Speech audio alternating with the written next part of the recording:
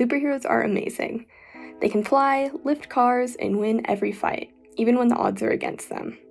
They've inspired so many people across the globe and stand as the best of the best in a world that often feels very dark. While their amazing feats capture our eyes, it's their stories that capture our hearts, and have allowed them to stay popular throughout the years. Their stories are fascinating for a multitude of reasons, but most importantly, for their depictions of growth. Overcoming adversity is something everyone has faced, and unfortunately, sometimes that adversity can come from the most unexpected places.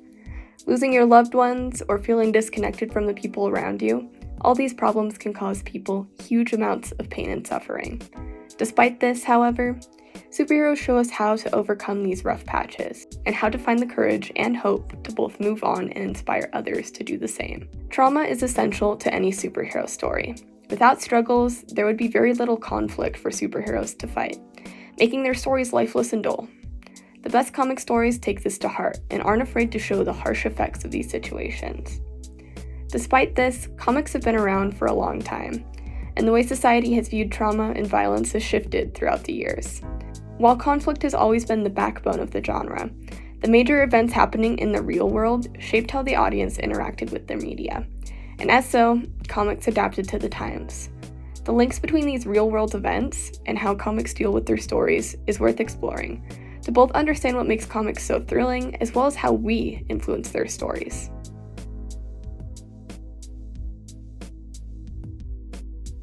Origin stories are one of the most iconic parts of any superhero. From being bit by a radioactive spider to being the only surviving member of your planet, these retellings of the past are essential to the characters they belong to.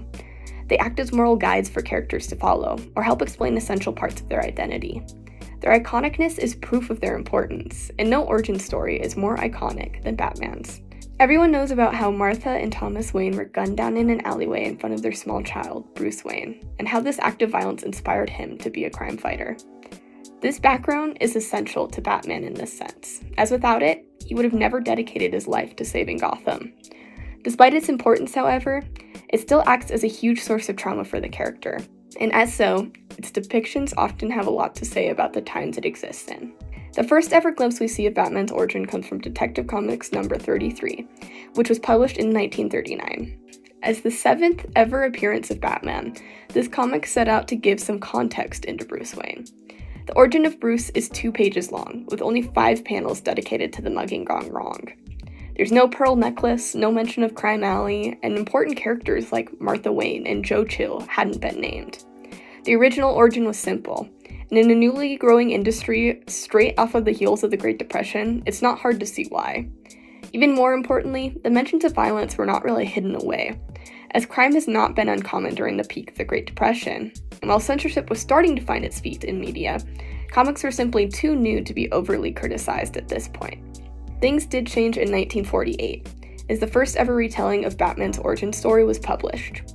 This new version added plenty of new aspects, such as naming Martha Wayne and Joe Chill, but the most surprising change was that of not killing Martha with a gun.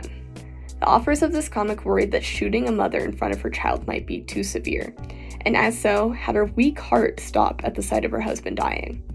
This was now prime censorship era, with things like the Hays Codes having heavy influence on what could be shown to the general audience in films. Comics, now more established, were also experiencing heavy criticism for being too violent. During the same year as this comic, Friedrich Wertham, a German doctor, released a very popular article titled Horror in the Nursery, in which he blamed comics for negative behaviors he was experiencing in his profession. This article became massively popular, and by the end of 1948 and into 1949, comic burnings became very commonplace. As so, comics began to move away from stories that involved too much violence and trauma. The 70s started up the road for change once again for Batman, with writers getting a little bolder after the years of being censored by the Comic Code Authority.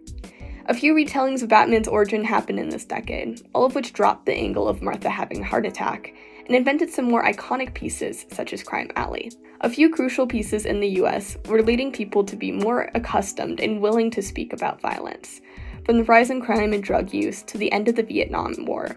This disillusionment Americans were beginning to feel led directly to the popularity of The Dark Knight Returns by Frank Miller, which was released in 1986. In this classic comic, not only did Batman get darker and grittier, but so did his past, alongside with Gotham itself.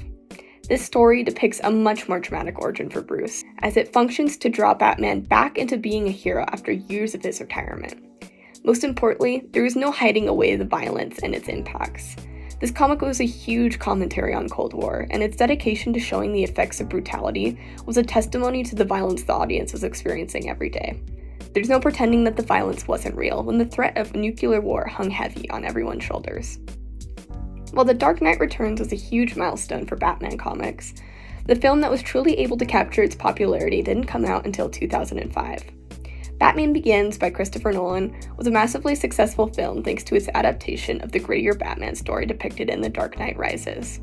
Bruce's life before Batman is more explored, including his time with the League of Shadows. In a post-9/11 world, this film had a lot to say about terrorism, especially from foreign states outside of America. Bruce is depicted as a man who is lost because of his trauma, which makes him an easy target for the terrorist organization.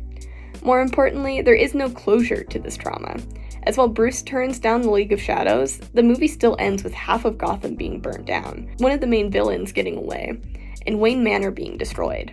This movie reflects the feelings of never-ending conflict, which is how a lot of Americans felt about the Middle East crisis, even in 2005. The level of violence in this film was also notable, as it demonstrated how general audiences were ready to interact with a much darker Batman, instead of just a niche comic book readers.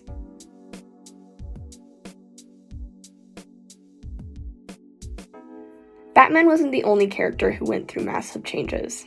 In fact, it was the shifts in other DC heroes that led to some of his most iconic stories. Green Arrow, for example, is one character that was able to inspire DC Comics to be willing to talk about hard-hitting concepts. One such time was during the 70s, when DC was facing a couple of problems that threatened to potentially ruin the company. The 70s were a bit of a rough time for DC, as their audience was rapidly changing, and DC stories weren't. The United States was entering an era of disillusionment due to a variety of factors, such as Watergate, the Vietnam War, and the after effects of the Civil Rights Movement. It was clear to a lot of people that both the American dream and the government weren't all they were made out to be, and as so, people felt as if the system was failing. Counterculture was growing rapidly during this time for this reason, and indie comics were especially finding their stride.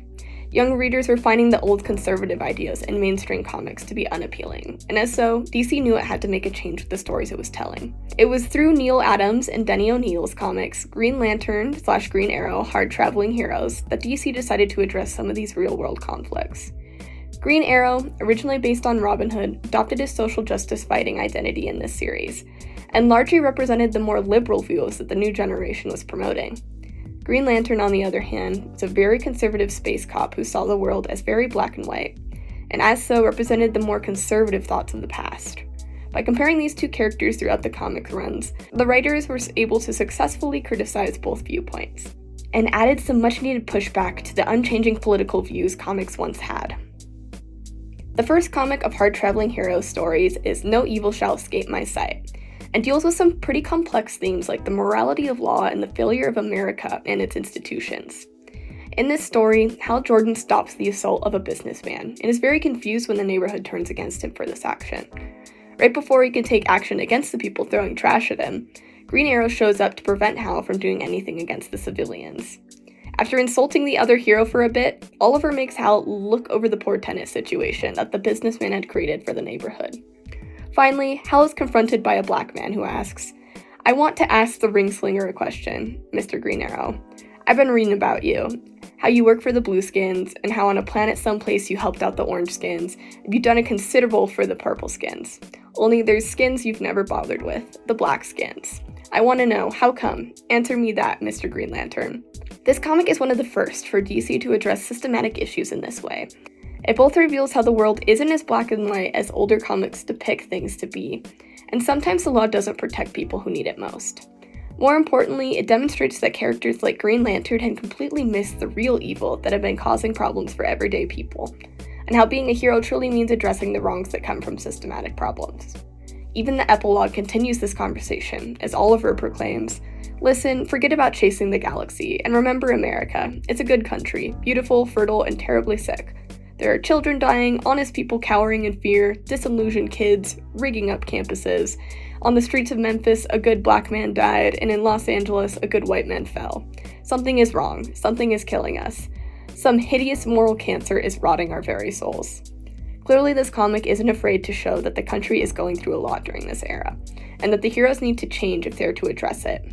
The next couple of issues explore how the changing world creates trauma in a variety of characters. In the comic, Ulysses Starr is still alive. Oliver Queen and Hal Jordan deal with a situation in which the population of a small town and a reservation are arguing about what land belongs to whom. Both main protagonists feel for the indigenous people, especially after seeing the heinous treatment the white townsfolk put them through, and both want to find a way to help them. They also learn the land did in fact originally belong to the indigenous people, but the contracts that stated as much had been lost by the government. Green Arrow pushes for the inhabitants of the reservation to fight back against the town, trying to claim their land, through any force necessary. Green Lantern, on the other hand, pushes to try to find a legal way to resolve the problem.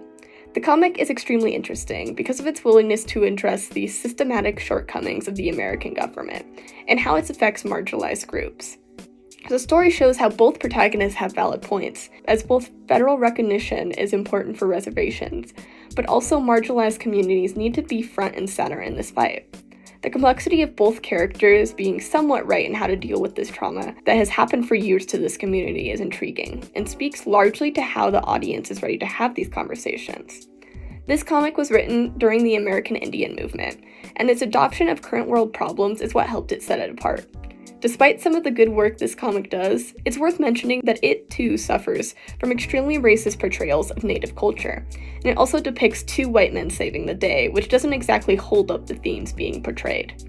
Despite this, it's clear that the message about systematic problems in the first story carries over to this one, but this comic expands on the specific effects of the failing government has on people, and how addressing these problems comes with a lot of complexity.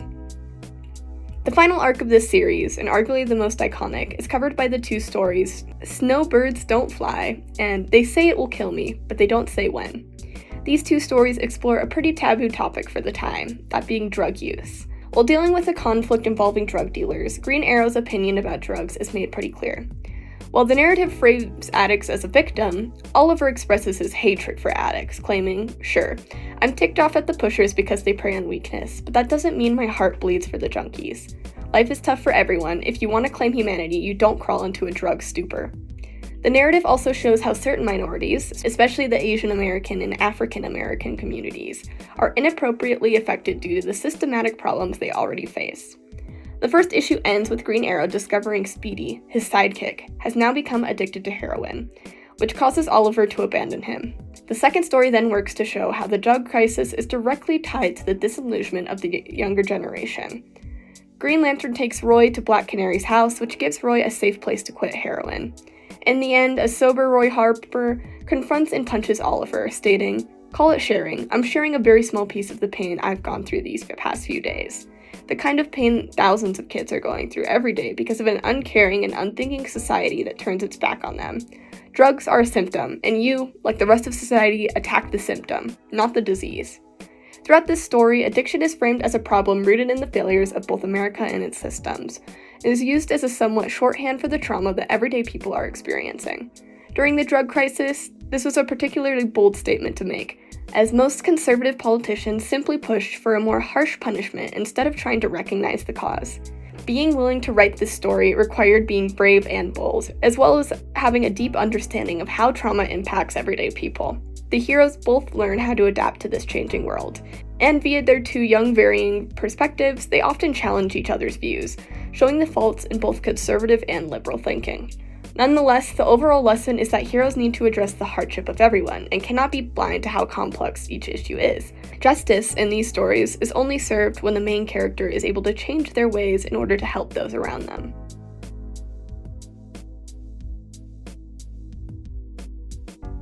It should be more than clear by now that change is very common in the comics. These characters have often been around for decades and have been written by a ton of different writers. There are, however, some characters that represent similar themes throughout a good portion of their runtime, despite all their changes. Oftentimes, certain themes are baked into characters, and it sticks with them. An excellent example of this is both Barry Allen and Wally West, two of the many Flashes in DC Comics. These characters, while completely different despite sharing the same title, have both explored complex themes of isolation, which all started in Flash Rebirth by G.F. Jones. Barry Allen experienced a massive change in Flash Rebirth, mostly because this comic was a complete retcon to his backstory, as well as address the problems that came along with his recent resurrection. Barry Allen was killed off in 1985 during Crisis on Infinite Earths, right before a massive change in comics, with stories like The Dark Knight Returns creating spaces for much more violent and dramatic narratives. By the time Barry Allen returned in 2009, comics had changed massively. The saturation of violence was in style, while back during Barry Allen's runs, the Comic Code Authority would have never allowed half the things shown in the newer stories. Flash Rebirth takes this disconnect literally, and Barry Allen expresses feeling like a man out of time who's intruding on everyone else's life. He doesn't know how to fit in with the people that he's been away from, and feels like he doesn't deserve to be back. All of these anxieties and worries condense into the main conflict, in which the Reverse Flash reveals that not only was he the one who brought Barry Allen back to life, but he also changed Barry's past by killing Barry's mother and framing his father.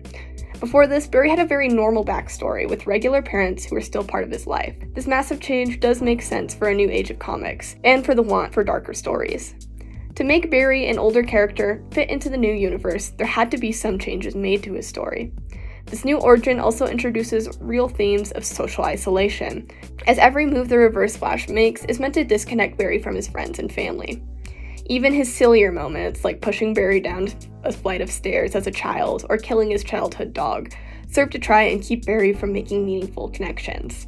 In the end, by embracing his family and friends, Barry is able to overcome these anxieties and take control of his life. The themes of isolation are carried over in multiple storylines, but one of the most controversial storylines that embraces this is Heroes in Crisis by Tom King. Heroes in Crisis is a widely criticized comic within the DC community, but despite this, the series has a very clear intentions and themes it tries to explore. Within the story, Wally West is visiting Sanctuary, which is essentially a therapy house where heroes could stay to work through the trauma they've experienced as part of their job. Mysteriously, almost all the people staying are murdered one day, and the series follows characters like Bruce Wayne and Barry Allen trying to solve what happened.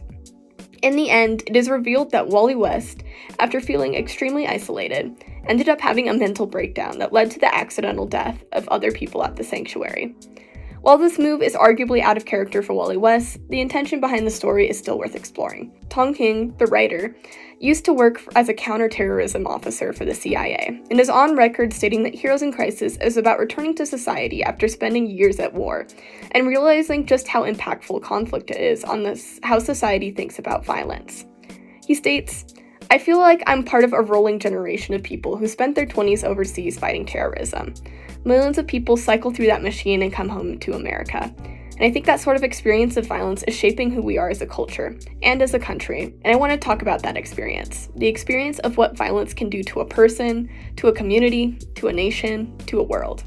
Heroes in Crisis makes a point that the confidentiality in the sanctuary negatively affected the people who needed help, and ultimately is what caused the disaster.